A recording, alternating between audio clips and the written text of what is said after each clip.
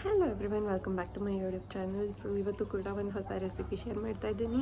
Paneer butter masala ಮಾಡೋಣ. ನನ್ನ ಸ್ಟೈಲಲ್ಲಿ ನಾನು ಹೆಂಗೆ ಮಾಡ್ತೀನಿ ಅಂತ ತೋರ್ಸೋಣ ಅಂದ್ಕೊಂಡಿದ್ದೀನಿ. ಹೋಪ್ ನಿಮ್ಗೆಲ್ಲರಿಗೂ ಈ ವಿಡಿಯೋ ಇಷ್ಟ ಆಗುತ್ತೆ ಅಂತ ಭಾವಿಸ್ತೀನಿ. ಇಷ್ಟ ಆದರೆ please subscribe to my channel and like my videos. So ಇವಾಗ ಪನ್ನೀರ್ ಬಟರ್ ಮಸಾಲ ಮಾಡೋಕ್ಕೆ ಇಷ್ಟು ಐಟಮ್ಸ್ ತೊಗೊಂಡಿದ್ದೀನಿ. ಇದು ಈರುಳ್ಳಿ ಸಣ್ಣದಾಗಿ ಕಟ್ ಮಾಡ್ಕೊಂಡಿದ್ದೀನಿ ಒಗ್ಗರಣೆಗೆ. ಇದು ಈರುಳ್ಳಿ ರುಬ್ಬಕ್ಕೆ ಅಂತ ಫ್ರೈ ಮಾಡಿ ರುಬ್ಕೊಳ್ಳೋಕ್ಕೆ. ಇದು ಟೊಮ್ಯಾಟೊ, ಸ್ವಲ್ಪ ಕೊತ್ತಂಬರಿ ಸೊಪ್ಪು, ಇದು ಶುಂಠಿ ಬೆಳ್ಳುಳ್ಳಿ ಕಟ್ ಮಾಡಿ ಇಟ್ಕೊಂಡಿದ್ದೀನಿ. ಫಸ್ಟ್ ನಾವು ಶುಂಠಿ ಬೆಳ್ಳುಳ್ಳಿ ಪೇಸ್ಟ್ ಮಾಡ್ಕೊಳ್ಳೋಣ. ಇಲ್ಲಿ ಸ್ವಲ್ಪ ಬೆಣ್ಣೆ ತೊಗೊಂಡಿದ್ದೀನಿ, 2 ಸ್ಪೂನ್, ಈ ಸ್ಪೂನಲ್ಲಿ 2 ಸ್ಪೂನ್ ಆಗುವಷ್ಟು ಬೆಣ್ಣೆ ತೊಗೊಂಡಿದ್ದೀನಿ. ಸೊ ಇವಾಗ ಫಸ್ಟು ಫ್ರೈ ಮಾಡ್ಕೊಳ್ಳೋಣ. ಇವಾಗ ಸ್ವಲ್ಪ ಬಾಣಲಿ ಇಟ್ಕೊಂಡಿದ್ದೀನಿ, ಒಂದು ದಪ್ಪ ತಳದ ಬಾಣಲಿ. ಇದು ಚೆನ್ನಾಗಿ ಕಾದ್ಮೇಲೆ ಸ್ವಲ್ಪ ಬೆಣ್ಣೆ ಹಾಕೋತಾ ಇದ್ದೀನಿ. ಇವಾಗ ನಾನು ಫಸ್ಟು 1 ಸ್ಪೂನ್ ಬೆಣ್ಣೆ ಹಾಕೊಂಡಿದ್ದೀನಿ. ಇವಾಗ ಅದಕ್ಕೆ 1 ಸ್ಪೂನಷ್ಟು ತುಪ್ಪ ಹಾಕೋತಾ ಇದ್ದೀನಿ. ಇದು ಆಪ್ಷನಲ್, ತುಪ್ಪ ಬೇಕಾದ್ರೂ ಹಾಕೋಬೋದು, ಎಣ್ಣೆ ಬೇಕಾದ್ರೂ ಹಾಕೋಬೋದು.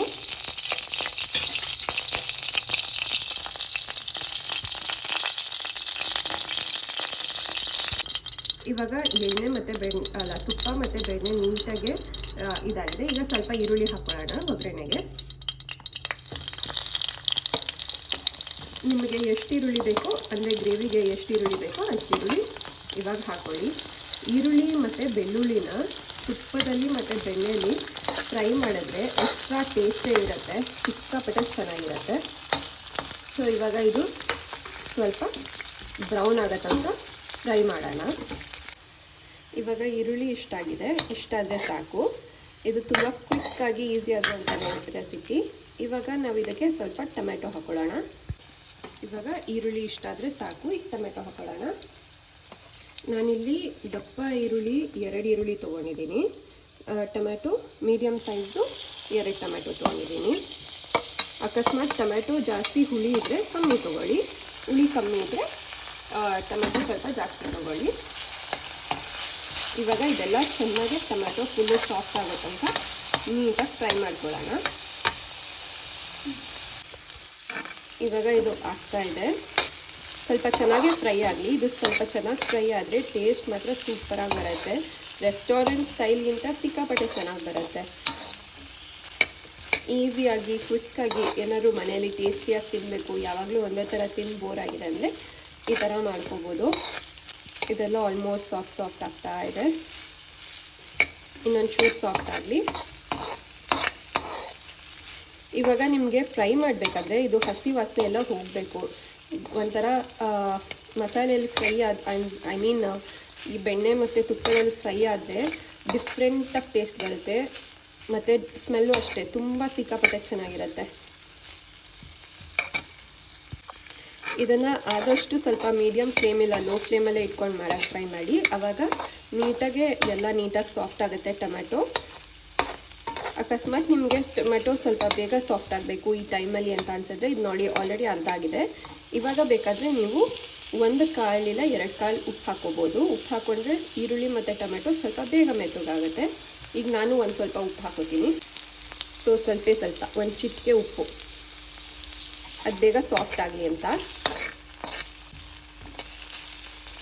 ಇವಾಗ ಇದನ್ನು 1 ನಿಮಿಷ ಲೋ ಫ್ಲೇಮಲ್ಲೇ ಫ್ರೈ ಮಾಡ್ಕೊತೀನಿ. ಎಷ್ಟು ಡಿಲಿಷಿಯಸ್ ಆಗಿ ಕಾಣ್ತಿದೆ ಅಂದರೆ ಸಿಕ್ಕಾಪಟ್ಟೆ ಡಿಲಿಷಿಯಸ್ ಆಗಿ ಕಾಣ್ತಿದೆ. ಸೊ ಇವಾಗ ಫ್ರೈ ಆಗಲಿ.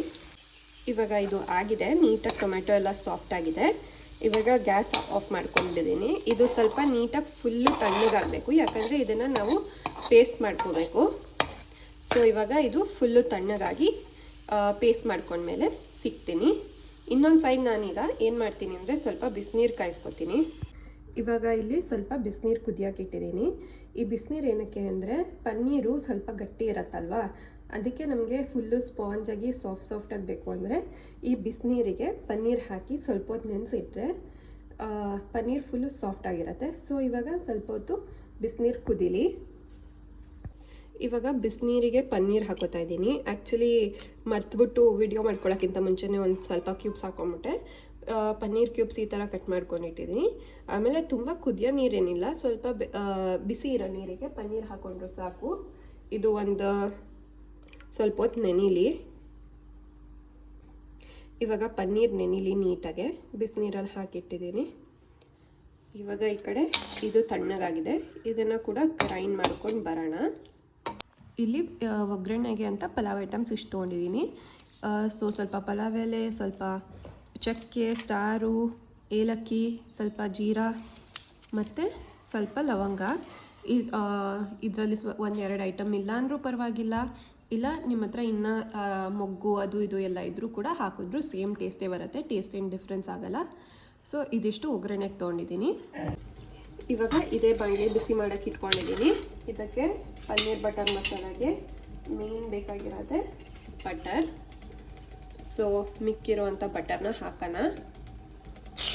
ಸೊ ಇವಾಗ ಬೆಣ್ಣೆ ಹಾಕೊಂಡಿದ್ದೀನಿ. ಇದು ಸ್ವಲ್ಪ ಬೆಣ್ಣೆ ಕರಗಲಿ.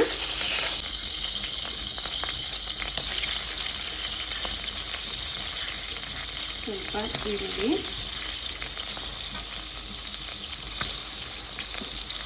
ನಾನು ಇದನ್ನು ಲೋ ಫ್ಲೇಮಲ್ಲೇ ಇಟ್ಟಿದ್ದೀನಿ. ಇವೆಲ್ಲ ಸ್ವಲ್ಪ ಫ್ರೈ ಆಗಲಿ. ಇವಾಗ ಅವಾಗಲೇ ತೋರಿಸಿದ್ನಲ್ಲ ಪಲಾವ್ ಐಟಮ್ಸು, ಇಷ್ಟು ಐಟಮ್ಸ್ ಅಂತ, ಅದನ್ನು ಹಾಕೋತಾ ಇದ್ದೀನಿ. ಆ್ಯಕ್ಚುಲಿ ಪಲಾವ್ ಐಟಮ್ಸು ಫಸ್ಟೇ ಹಾಕಬೇಕಾಗಿತ್ತು, ಬಟ್ ನಂಗೆ ಮರ್ತೋಯ್ತು. ಬಟ್ ಇಟ್ಸ್ ಓಕೆ, ಈ ಥರ ಇವಾಗ ಹಾಕಿದ್ರು ಅದು ಟೇಸ್ಟಲ್ಲಿ ಏನೂ ಚೇಂಜ್ ಆಗೋಲ್ಲ, ಅರೋಮಾನು ಚೆನ್ನಾಗೇ ಇರುತ್ತೆ. ಇವಾಗ ಇದು ಸ್ವಲ್ಪ ಫ್ರೈ ಆಗಲಿ. 10 ಸೆಕೆಂಡ್ಸ್ ಫ್ರೈ ಆದರೆ ಸಾಕು. ಇವಾಗ ಸ್ವಲ್ಪ ಶುಂಠಿ ಬೆಳ್ಳುಳ್ಳಿ ಪೇಸ್ಟ್ ಹಾಕೋತಾ ಇದ್ದೀನಿ. ಫುಲ್ಲು ಶುಂಠಿ ಬೆಳ್ಳುಳ್ಳಿ ಪೇಸ್ಟ್ ಹಾಕೊಂಡ್ಮೇಲೆ ಸಿಗ್ತೀನಿ. ಇವಾಗ ಶುಂಠಿ ಬೆಳ್ಳುಳ್ಳಿ ಪೇಸ್ಟು ಹಸಿ ವಾಸನೆ ಹೋಗೋ ತನಕ ಲೋ ಫ್ಲೇಮಲ್ಲೇ ನಿಧಾನಕ್ಕೆ ಬೇಯಬೇಕು. 1 ನಿಮಿಷದವರೆಗೂ ಲೋ ಫ್ಲೇಮಲ್ಲೇ ಸ್ವಲ್ಪ ನೀಟಾಗಿ ಫ್ರೈ ಮಾಡ್ಕೊಳ್ಳಿ. ಸೊ ನೀವು ಎಷ್ಟು ನೀಟಾಗಿ ಫ್ರೈ ಮಾಡ್ಕೊತೀರೋ ಅಷ್ಟು ಚೆನ್ನಾಗಿ ಟೇಸ್ಟ್ ಬರುತ್ತೆ. ಮೇನ್ ಶುಂಠಿ ಬೆಳ್ಳುಳ್ಳಿ ಪೇಸ್ಟಲ್ಲೇ ಟೇಸ್ಟ್, ಅಡುಗೆ ಮಾಡೋ ಟೇಸ್ಟ್ ಇರುತ್ತೆ. ಸೊ ಆದಷ್ಟು ಲೋ ಫ್ಲೇಮಲ್ಲಿ ಚೆನ್ನಾಗಿ ಫ್ರೈ ಮಾಡ್ಕೊಳ್ಳಿ. ಅದು ಬೇರೆ ನಾವು ಇವಾಗ ಎಣ್ಣೆ ಬೇರೆ ಹಾಕಿಲ್ಲ, ಬರೀ ಬೆಣ್ಣೆ ಹಾಕಿದ್ದೀವಲ್ಲ. ಸೊ ಇದ್ರ ಟೇಸ್ಟ್ ಮತ್ತು ಅರೋಮಾ ನೆಕ್ಸ್ಟ್ ಲೆವೆಲಲ್ಲಿರುತ್ತೆ. ಇವಾಗ ಇದು ಚೆನ್ನಾಗಿ ಫ್ರೈ ಆಗಲಿ. ಫ್ರೈ ಆದಮೇಲೆ ಸಿಗೋಣ. ಸೊ ಇವಾಗ ಶುಂಠಿ ಬೆಳ್ಳುಳ್ಳಿ ಪೇಸ್ಟು ಚೆನ್ನಾಗಿ ಫ್ರೈ ಆಗಿದೆ. ನಿಮಗೆ ಡಿಫ್ರೆನ್ಸ್ ಗೊತ್ತಾಗ್ತಿರ್ಬೋದು, ಇದೆಲ್ಲ ಎಣ್ಣೆ ಬಿಟ್ಕೊಂಡಿದೆ, ನಾವು ಹಾಕಿದಾಗ ಹೆಂಗಿತ್ತು ಇವಾಗ ಹೆಂಗಿದೆ ಅಂತ. ಸೊ ಇವಾಗ ನಾವು ಆಗಲೇ ಫ್ರೈ ಮಾಡಿಟ್ಕೊಂಡಿರೋದಂತಹ ಆನಿಯನ್ ಮತ್ತು ಟೊಮ್ಯಾಟೊ ಈ ಪೇಸ್ಟ್ನ ಹಾಕೋತಾ ಇದ್ದೀನಿ. ನೀವು ಅಬ್ಸರ್ವ್ ಮಾಡಿರ್ಬೋದು, ನಾನು ಯಾವುದೇ ಥರದ ಮೆಣಸಿನ್ಕಾಯಿ ಆಗಲಿ ಏನೂ ಬಳಸಿಲ್ಲ ಖಾರಕ್ಕೆ, ಬಿಕಾಸ್ ನಾವು ಖಾರದ ಪುಡಿ ಹಾಕೋತಿದ್ದೀವಿ. ಸೊ ಇವಾಗ ಇದನ್ನು ನೀಟಾಗಿ ಇದನ್ನೆಲ್ಲ ನೀಟಾಗಿ ಮಸಾಲೆ ಎಲ್ಲ ನೀಟಾಗಿ ಹಾಕೊಂಡ್ಮೇಲೆ ಸಿಗ್ತೀನಿ. ಮತ್ತೆ ಇದೆಲ್ಲ ಚೆನ್ನಾಗಿ ಫ್ರೈ ಆಗಬೇಕು. ಇವಾಗ ಯಾವ ಥರ ಇದೆ ನೋಡಿ,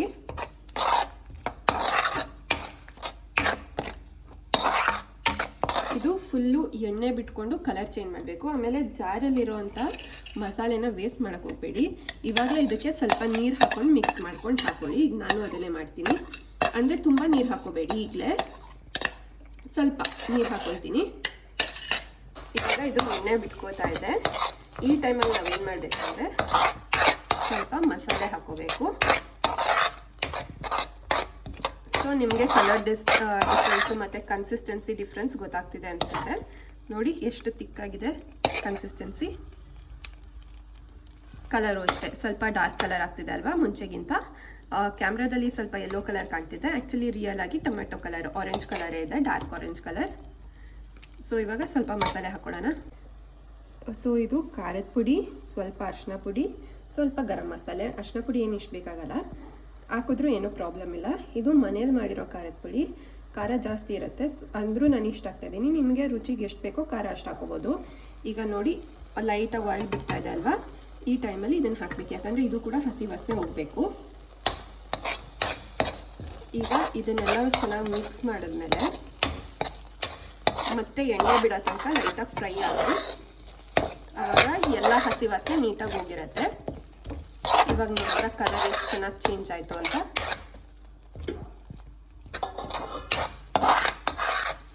ಜೊತೆಗೆ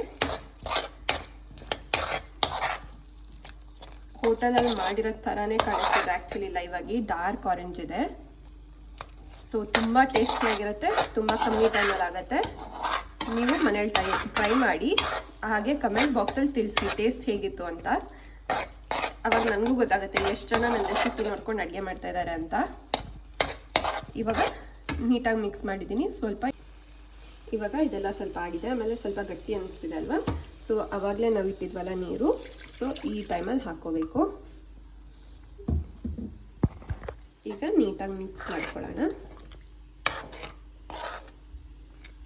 ಇದು ನಾವಿವತ್ತು ಮಾಡ್ತಾ ಇರೋದು 4 ಮೆಂಬರ್ಸ್ಗೆ.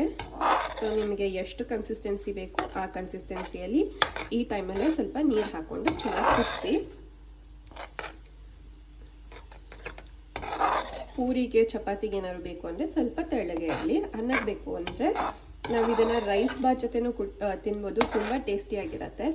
ಗೀ ರೈಸ್ ಜೊತೆ ಅಂತೂ ಸಿಕ್ಕಾಪಟ್ಟೆ ಚೆನ್ನಾಗಿರುತ್ತೆ. ಸೊ ಯಾರ್ಯಾರೆಲ್ಲ ಗೀ ರೈಸ್ ಜೊತೆ ಪನ್ನೀರ್ ಬಟರ್ ಮಸಾಲ ತಿನ್ನೋಕೆ ಇಷ್ಟಪಡ್ತೀರಾ ಕಮೆಂಟ್ ಬಾಕ್ಸಲ್ಲಿ ತಿಳಿಸಿ. ನನಗಂತೂ ಸಿಕ್ಕಾಪಟ್ಟೆ ಇಷ್ಟ. ಸೊ ಇವಾಗ ಇನ್ನೊಂದು ಸ್ವಲ್ಪ ನೀರು ಹಾಕ್ತೀನಿ. ಇದು ತುಂಬ ತಿಕ್ ಅನಿಸ್ತಾ ಇದೆ ನನಗೆ. ಇವಾಗ ಸ್ವಲ್ಪ ನೀರು ಹಾಕ್ತೀನಿ.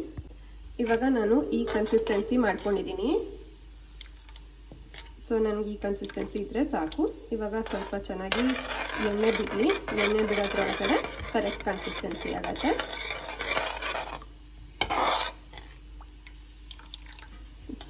ಇವಾಗ ಇದು 1-2 ಮಿನಿಟ್ಸ್ ಕುದಿಯಕ್ಕೆ ಬಿಡ್ತೀನಿ. ಇವಾಗ ಇದಾಗಿದೆ ನೋಡಿ, ಚೆನ್ನಾಗಿ ಕುದೀತಾ ಇದೆ. ಈ ಕನ್ಸಿಸ್ಟೆನ್ಸಿ ಬಂದಾಗ ಸ್ವಲ್ಪ ಉಪ್ಪು ಹಾಕೋತೀನಿ. ಈಗ ಉಪ್ಪು ಹಾಕೋತಾ ಇದ್ದೀನಿ. ಉಪ್ಪು ಸ್ವಲ್ಪ ನೋಡ್ಕೊಂಡು ಹಾಕ್ಕೊಳ್ಳಿ, ಯಾಕಂದರೆ ನಾವು ಆವಾಗಲೇ ಒಂದು ಚಿಟಿಕೆ ಉಪ್ಪು ಹಾಕಿದ್ವಲ್ಲ. ಸೊ ನೆಕ್ಸ್ಟು ಉಪ್ಪು ಹಾಕಿದ್ಮೇಲೆ ಪನ್ನೀರ್ ಬಟರ್ ಮಸಾಲೆಗೆ ಸ್ವಲ್ಪ ಸ್ವೀಟ್ ಟೇಸ್ಟ್ ಇರುತ್ತಲ್ಲ, ಸೊ ಸ್ವಲ್ಪ ಸಕ್ಕರೆ ಹಾಕ್ಕೋಬೇಕು. ಅದು ಆಪ್ಷನಲ್, ಇಷ್ಟ ಆದರೆ ಹಾಕ್ಕೊಳ್ಳಿ, ಇಲ್ಲಾಂದರೆ ಬೇಡ. ಈಗ ನಾನು ಸ್ವಲ್ಪ ಸಕ್ಕರೆ ಹಾಕೋತೀನಿ. ಸೊ ಸ್ವಲ್ಪ ಸಕ್ಕರೆ ಹಾಕೋತಾ ಇದ್ದೀನಿ. ಇದು ಆಪ್ಷನಲ್, ಬೇಕಾದರೆ ಹಾಕೋಬೋದು, ಇಲ್ಲಾಂದರೆ ಸ್ಕಿಪ್ ಮಾಡ್ಬೋದು. ಇವಾಗ ಇದು ಒಂದು 5 ಇಲ್ಲ 10 ಸೆಕೆಂಡ್ಸ್ ಚೆನ್ನಾಗಿ ಕುದೀಲಿ. ಅರೋಮಾ ಅಂತೂ ತುಂಬ ಚೆನ್ನಾಗಿ ಬರ್ತಾ ಇದೆ, ಘಮ ಘಮ ಅಂತ ಇದೆ. ನೀವೇ ನೋಡ್ಬೋದು ಕಲರು, ಕನ್ಸಿಸ್ಟೆನ್ಸಿ ಎಲ್ಲ ಎಷ್ಟು ಚೆನ್ನಾಗಿ ಬಂದಿದೆ ಅಂತ. ವಿಡಿಯೋದಲ್ಲಿ ನೋಡ್ತಾ ಇದ್ರೇ ತಿನ್ಬೇಕು ಅನ್ನಿಸ್ತಾ ಇದೆ. ಸೊ ಇದನ್ನು ಮಸ್ಟ್ ಟ್ರೈ ಅಂತ ಹೇಳ್ತೀನಿ. ಟ್ರೈ ಮಾಡಿಬಿಟ್ಟು ಕಮೆಂಟ್ ಬಾಕ್ಸಲ್ಲಿ ಹೇಳಿ ಹೇಗಿತ್ತು ರೆಸಿಪಿ ಅಂತ, ಮಿಸ್ ಮಾಡ್ದಲೆ. ಇವಾಗ ಇದು ಆಲ್ಮೋಸ್ಟ್ ಆಗಿದೆ. ಈ ಟೈಮಲ್ಲಿ ಪನ್ನೀರ್ ಹಾಕ್ಕೊಳ್ಳೋಣ. ಪನ್ನೀರನ್ನ ನಾನು ನಿಮಗಾಗಲೇ ಹೇಳ್ದಂಗೆ ಸ್ವಲ್ಪ ಬಿಸಿನೀರಲ್ಲಿ ನೆನೆಸಿಟ್ಟಿದ್ದೆ. ನೋಡಿ ಎಷ್ಟು ಸಾಫ್ಟಾಗಿದೆ. ಬಿಸಿನೀರಲ್ಲಿ ನೆನೆಸಿದ್ರೆ ಪನ್ನೀರು ಎಷ್ಟು ಸಾಫ್ಟಾಗಿದೆ. ಸೊ ಪನ್ನೀರ್ ಕ್ಯೂಬ್ಸ್ ಹಾಕ್ಕೊಳ್ಳೋಣ. ನಿಮಗೆ ಎಷ್ಟು ಪನ್ನೀರ್ ಬೇಕೋ ಅಷ್ಟು ಹಾಕ್ಕೋಬೋದು. ನಾವಿಲ್ಲಿ 200 ಗ್ರಾಮ್ಸ್ ಪನ್ನೀರ್ ತೊಗೊಂಡಿದ್ದೀವಿ. ಇದು 4 ಮೆಂಬರ್ಸ್ ಅಲ್ವಾ. ಸೊ ನೋಡಿ ಎಷ್ಟು ಸಾಫ್ಟಾಗಿದೆ. ಹೀಗೆ ತಿಂದರೂ ಕೂಡ ಟೇಸ್ಟ್ ತುಂಬ ಚೆನ್ನಾಗಿರುತ್ತೆ. ಸೊ ಈ ಟೈಮಲ್ಲಿ ಪನ್ನೀರ್ ಏನಕ್ಕೆ ಹಾಕೋಬೇಕು ಅಂದರೆ, ಪನ್ನೀರ್ ಸ್ವಲ್ಪ ಜಾಸ್ತಿ ಹೊತ್ಬಿಟ್ರೆ ಕಹಿ ಬರೋ ಚಾನ್ಸಸ್ ಇರುತ್ತೆ. ಹಾಗೆ ಫ್ಲೇವರ್ ಅಬ್ಸರ್ವ್ ಆಗಲ್ಲ ಈಸಿಯಾಗಿ. ಬಿಸಿನೀರಿಗೆ ಹಾಕಿ ಮತ್ತು ನೀವು ಈ ಥರ ಹಾಕೋದ್ರಿಂದ ಯಾವುದೇ ಪನ್ನೀರ್ ರೆಸಿಪಿಗೆ ಫ್ಲೇವರ್ ಸಿಕ್ಕಾಪಟ್ಟೆ ಚೆನ್ನಾಗಿ ಅಬ್ಸರ್ವ್ ಆಗುತ್ತೆ. ಎಷ್ಟು ಚೆನ್ನಾಗಿ ಕಾಣ್ತಿದೆ ಅಲ್ವಾ, ಎಷ್ಟು ಕಲರ್ಫುಲ್ ಆಗಿ ವೈಟಾಗಿ. ಸೊ ಈ ಪನ್ನೀರ್ ಹಾಕಿ ಒಂದು 10 ಇಲ್ಲ 20 ಸೆಕೆಂಡ್ಸು ಇದರಲ್ಲಿ ಬಿಟ್ಟರೆ ಸಾಕು. ಸಿಕ್ಕಾಪಟ್ಟೆ ಚೆನ್ನಾಗಿರುತ್ತೆ. ಈಗ ನೀಟಾಗಿ ಮಿಕ್ಸ್ ಮಾಡಿದ್ದೇನೇನು ಜಾಸ್ತಿ ಕೈ ಆಡಿಸೋದು ಬೇಡ, ಅದಾಗದೆ ಅಬ್ಸರ್ವ್ ಆಗುತ್ತೆ. ಈಗ ಲಾಸ್ಟ್ ಫೈನಲ್ ಟಚ್ಗೋಸ್ಕರ ಒಂಚೂರು ಕೊತ್ತಂಬರಿ ಸೊಪ್ಪು ಹಾಕ್ತಾಯಿದ್ದೀನಿ. ಸೊ ನಮ್ಮ paneer butter masala is ready to serve. Actually ಕೊತ್ತಂಬರಿ ಸೊಪ್ಪು ಬದಲು ಕರಿಬೇವು ಸೊಪ್ಪು ಹಾಕ್ಕೊಂಡ್ರೆ ಇನ್ನೂ ಸಿಕ್ಕಾಪಟ್ಟೆ ಚೆನ್ನಾಗಿರುತ್ತೆ. ಈ ಟೈಮಲ್ಲಿ ನಾನು 1-2 ಕಾಳು ಕರಿಬೇವು ಹಾಕಿದ್ದೀನಿ. So ready to serve. ಇಷ್ಟೇ ಸಾಕು. So paneer butter masala is ready. ಇವಾಗ ಇದನ್ನು ಆಫ್ ಮಾಡಿಬಿಟ್ಟು ಸರ್ವ್ ಮಾಡ್ಕೊಂಡ್ಮೇಲೆ ಸಿಗ್ತೀನಿ. ಸೊ ಟೇಸ್ಟಿಯಾಗಿರೋ ಪನ್ನೀರ್ ಬಟರ್ ಮಸಾಲ ಜೊತೆಗೆ ಪೂರಿ ಮಾಡ್ಕೊಂಡಿದ್ದೀವಿ. ಬಿಸಿಯಾಗಿರೋ ಪೂರಿ ಜೊತೆ ಬಿಸಿಯಾಗಿರೋ ಪನ್ನೀರ್ ಬಟರ್ ಮಸಾಲ ನೋಡಿ ಎಷ್ಟು ಚೆನ್ನಾಗಿದೆ.